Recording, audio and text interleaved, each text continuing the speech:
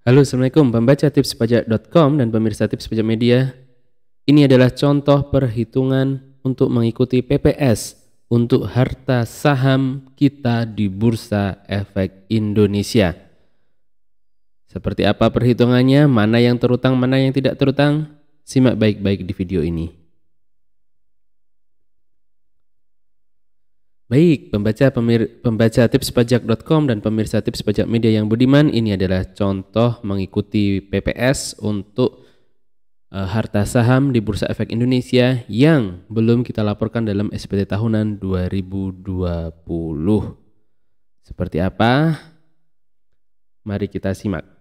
Sebelumnya tentunya kami ajak pembaca dan pemirsa semua untuk ikuti channel Tips Pajak Media serta like video ini serta sharing ke rekan-rekan yang membutuhkan agar manfaat yang coba kami tawarkan ini, coba kami berikan ini dapat menjangkau kepada semakin banyak lagi orang-orang yang membutuhkan. Dan video ini adalah untuk menjawab berbagai banyak sekali pertanyaan yang masuk ke kami mengenai para investor saham di Bursa Efek Indonesia.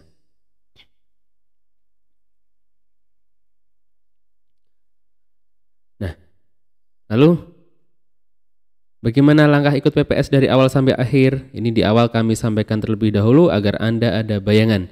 Di PPS dari awal sampai akhir itu adalah yang pertama dengan aktifkan menu PPS, kemudian unduh form. Ini semua ada di DJP Online ya, pembaca dan pemirsa. Ini semua ada di DJP Online. Aktifkan menu PPS, unduh form dan isi form, submit e-form, bayar PPh final, lalu kirim data SPPH, kemudian dan terakhir adalah unduh SKED atau surat keterangan. Dan pastikan Anda telah berhasil mengunduh surat keterangan ini ya, untuk memastikan bahwa Anda telah ikut PPS dan Anda bisa mendapatkan benefit-benefit dari PPS ini. Contoh kasus, Bank Jajah pada Maret 2020 mulai investasi saham di Bursa Efek Indonesia dengan menyetor sebesar 300 juta di rekening dana investasi atau RDN. Uang 300 juta itu bersumber dari usaha dagang online dan sama sekali belum pernah bayar PPh. Nah, jadi kata kuncinya adalah uang 300 juta itu sumbernya dari mana terlebih dahulu ya. Kita lihat lagi, 300 juta itu sumbernya dari mana. Jika sumbernya itu adalah objek pajak dan belum dikenakan PPh, maka tentunya harus dipotong PPh dulu dong. Betul? Lalu, karena keahliannya per 31 Desember 2020 nilai investasi Bank Jajah menjadi 375 juta rupiah. Artinya dari pasar saham ini, si Bank Jajah ini bisa mendapatkan gain atau keuntungan sebesar 75 juta hanya dari bulan Maret sampai Desember 2020 saja, alias dari hanya 10 bulan saja. Lalu Bank Jajah memutuskan ikut PPS agar dosa masa lalu bisa terhapus. Bagaimana perhitungan dan cara ikut PPS-nya? Nah, kembali ke ini tadi 6 langkah mudah ini. 6 langkah mudah ini tadi.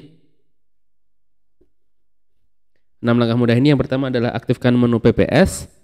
Tampilnya ada di sini. Nah, ini aktifkan menu PPS adalah Anda harus berhasil masuk ke akun DJP Online tentunya.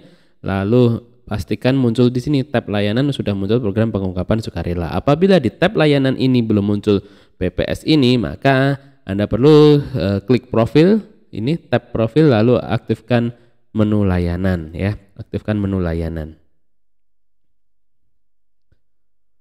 Setelah masuk, pilih kebijakan 2 karena ini untuk kita melaporkan saham di 2020 ya. Lalu pilih email dan kirim permintaan.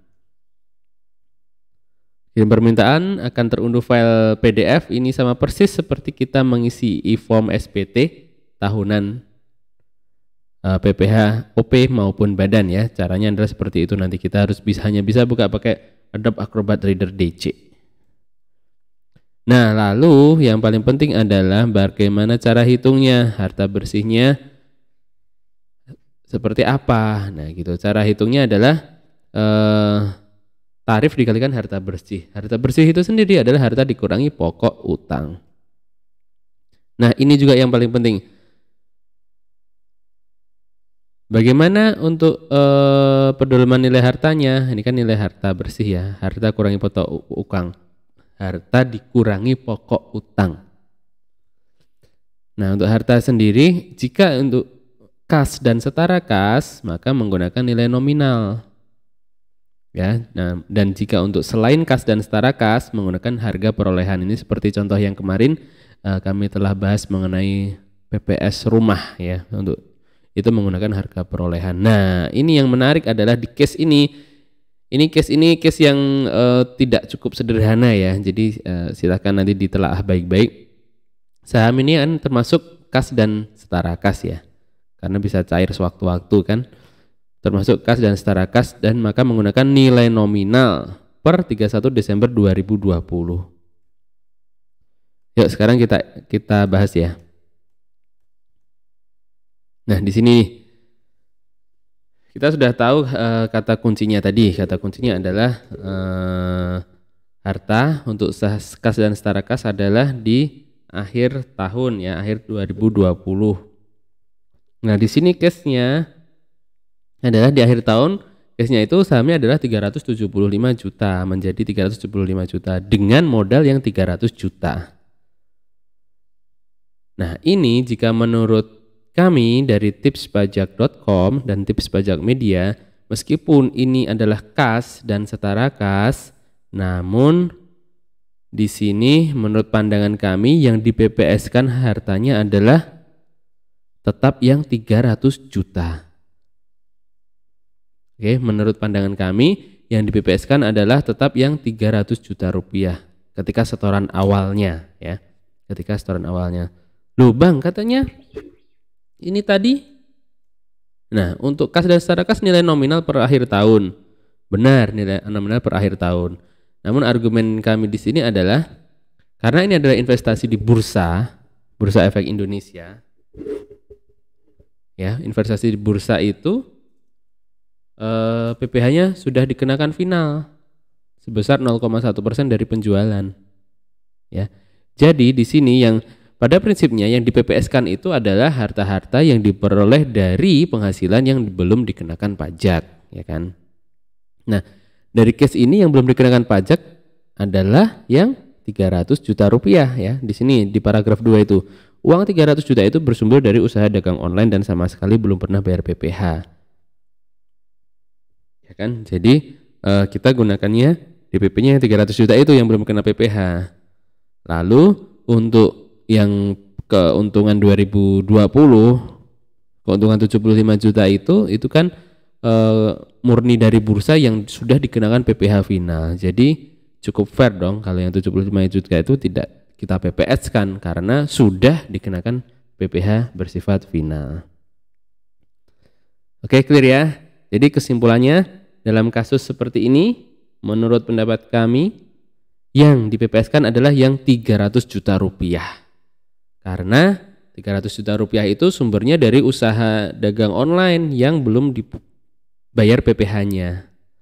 Adapun yang keuntungan sebesar 75 juta itu sudah dikenakan PPh final, otomatis 0,1% dari transaksi penjualannya ya kan, ini di Bursa Efek Indonesia. Oke, clear ya, seperti itu. Lalu bagaimana caranya? Cara menuangkannya. Oke, cara menuangkannya adalah seperti ini. Tadi kan sudah berhasil terunduh file PDF-nya ya, file PDF sudah berhasil terunduh. Lalu sekarang kita isi. Nah, ini contohnya. Kita zoom in. Nah, ini kita pilih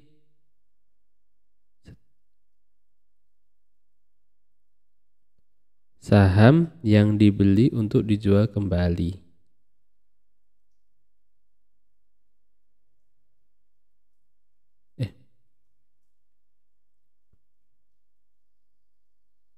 Oke, di sini ya. Jenis dokumen adalah jenis dokumennya ditunggu dulu.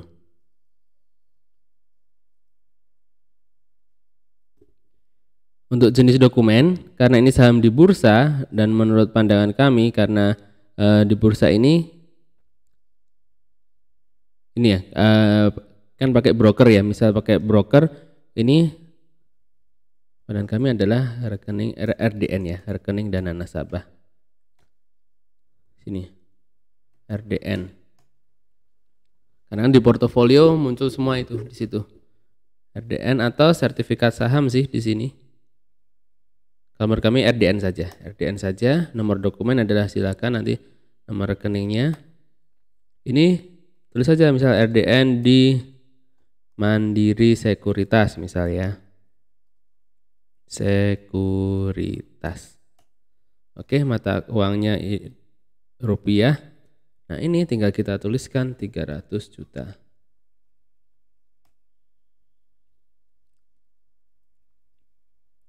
Utang tidak ada, ini harta bersih 300 juta. Nah, ini yang paling penting adalah di kanan ini non investasi karena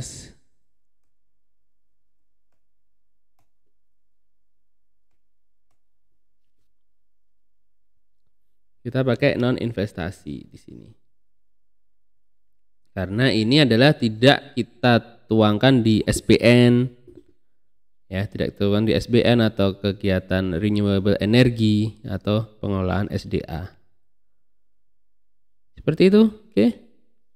Jika sudah, ini karena tidak ada utang, langsung ya ini dikosongin, dikecilkan dulu. Nah, langsung selanjutnya. BPH-nya adalah 14% kali 300 juta rupiah. Seperti itu. Cukup jelas. Selamat melaporkan ya. Untuk video selanjutnya telah kami bahas untuk cara realnya ikut PPS ya. Cara real ikut PPS sudah kami bahas di video berikutnya. Sekian, sekali lagi kami simpulkan adalah dengan case seperti ini.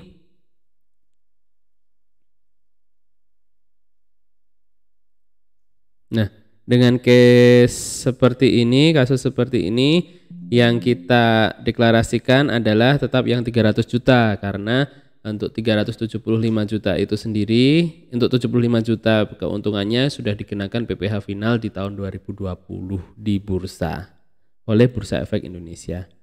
Sekian, semoga bermanfaat. Jika masih ada yang ingin ditanyakan, silakan tuliskan di kolom komentar di bawah atau kunjungi berbagai kanal media sosial kami. Sekian, sampai jumpa. Salam dari tipspajak.com dan Tips Pajak Media. Wassalamualaikum warahmatullahi wabarakatuh.